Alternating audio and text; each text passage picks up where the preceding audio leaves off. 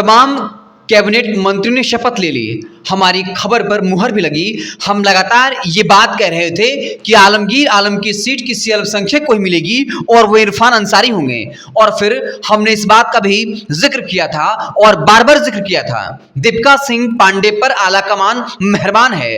गोड्डा से सांसदी का टिकट दिया, लेकिन प्रदीप यादव के विरोध के बाद जो दीपिका सिंह पांडे हैं उन्हें टिकट लौटा दिया और कोई विरोध नहीं किया। इसके उलट प्रदीप यादव का समर्थन किया और महागमा विधानसभा सीट से प्रदीप यादव ने लीड किया। इस वजह से आलाकमान दीपिका पांडे सिंह पर खुश था, लेकिन दीपिका पांडे सिंह के बारे में आलाकमान ये सोच रहा था कि उन्हें कोई बड़ी जिम्मेदारी दी जाए, जो पार्टी के लिए किया अब उन्हें लौटाया जाए। ये तो पता आपको चल गया होगा कि कौन कौन से लोग मंत्री बने, नहीं पता होगा तो विवेक जी इसका जिक्र करेंगे। लेकिन हमारा जो पूरा डिस्कशन है, विश्लेषण है, वो इस बात पर होगा कि क्यों 2 महीने पहले कांग्रेस ने ये रिस्क लिया।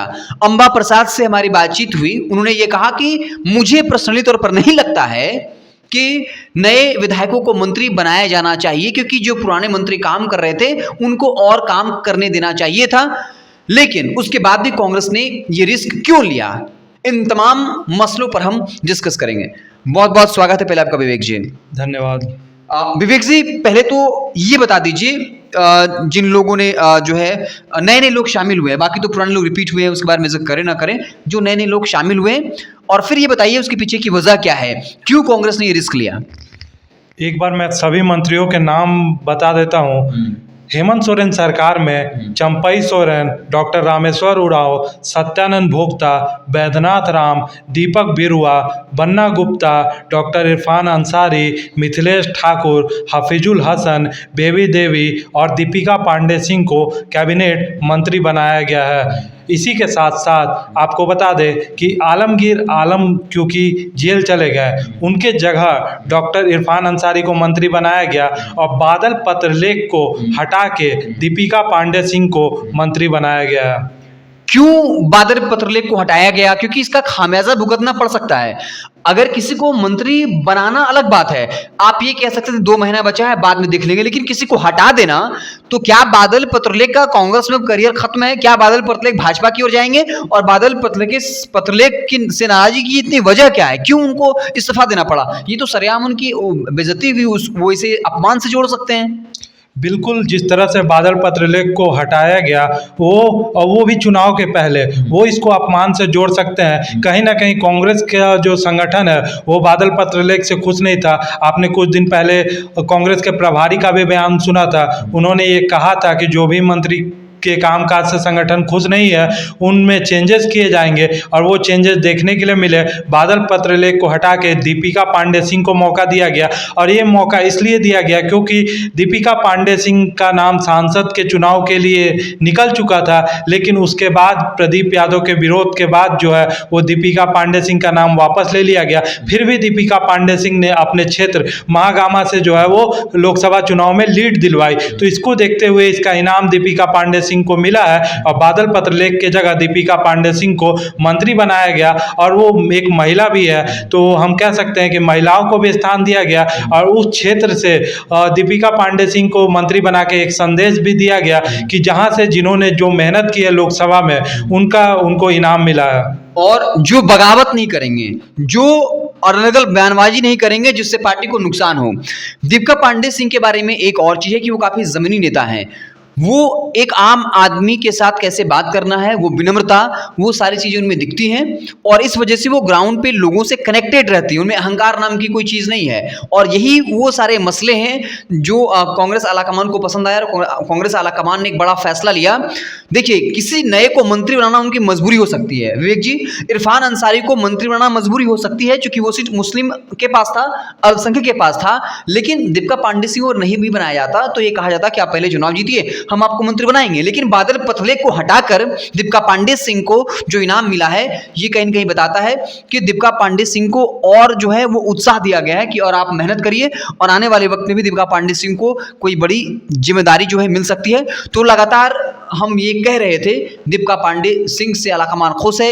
ये भी हमने कहा था कि अगर वो मंत्री नहीं बनती हैं तो उन्हें विधायक दल का नेता भी बनाया जा सकता है। कुछ और अपडेट है आपके पास विवेक? देखिए, सबसे बड़ा अपडेट ये है कि बसंत सोरेन को जो है वो मंत्रिमंडल से हटा दिया गया है और इसी के साथ साथ 3 नए चेहरे जो है वो मंत्रिमंडल में इस बार दिखे हैं।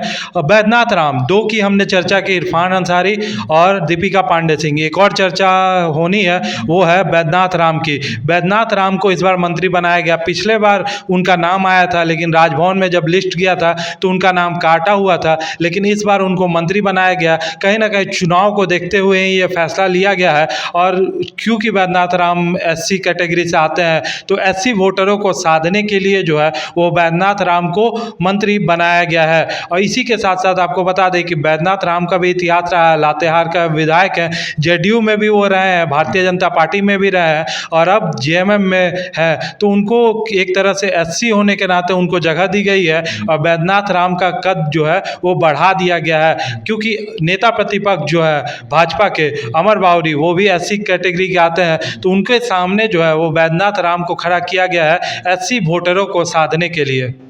तो बैद्यनाथ राम को मंत्री बनाने के पीछे की वजह उनका कद बढ़ाया गया ताकि वो जहां से विधायक हैं वहां ये मैसेज जाए कि हमारा नेता जो है अगली बार भी मंत्री बनेगा और इसका फायदा जो है वो महागठबंधन इंडिया को उठाना चाहता है। और बैद्यनाथ राम जिस विधानसभा से आते हैं और आसपास के विधानसभा में SC वोट जो है निर्णायक भूमिका में है और वो चाहते हैं कि बैद्यनाथ राम अपने विधानसभा के साथ साथ जो आसपास के विधानसभा हैं जहाँ SC के वोट का वोट बैंक है उन क्षेत्रों में उस वोट बैंक को अपने पाले में किया जाए। इसलिए बैद्यनाथ राम को जो है मंत्री बनाया गया। कुछ और अपडेट विवेक? अपडेट चंपई सोरेन को लेके है। चंपई सोरेन को मुख्यमंत्री के बाद मंत्री बना दिया गया, तो उनका प्रमोशन हुआ है या डिमोशन हुआ है, ये एक सबसे बड़ा सवाल है। और विवेक जी, सदन में नाराजगी भी दिखी, क्या लगता है चंपई सोरेन इस तरह से बयानबाजी दे रहे हैं, बीजेपी को फायदा मिल जाएगा? बीजेपी भानु प्रताप शाही से मैंने बात किया कि आप लोग को क्यों प्यार आ रहा है, उन्होंने कहा कि क्या आपने आज उनका वक्तव्य नहीं सुना, उनका दर्द दिख रहा है, तो क्यों वो बीजेपी को मौका दे रहे हैं, ये समझ में नहीं आ रहा विवेक। ये तो अब JMM की क्या रणनीति है ये वही जानते हैं कि इंडिया गुट की क्या रणनीति है।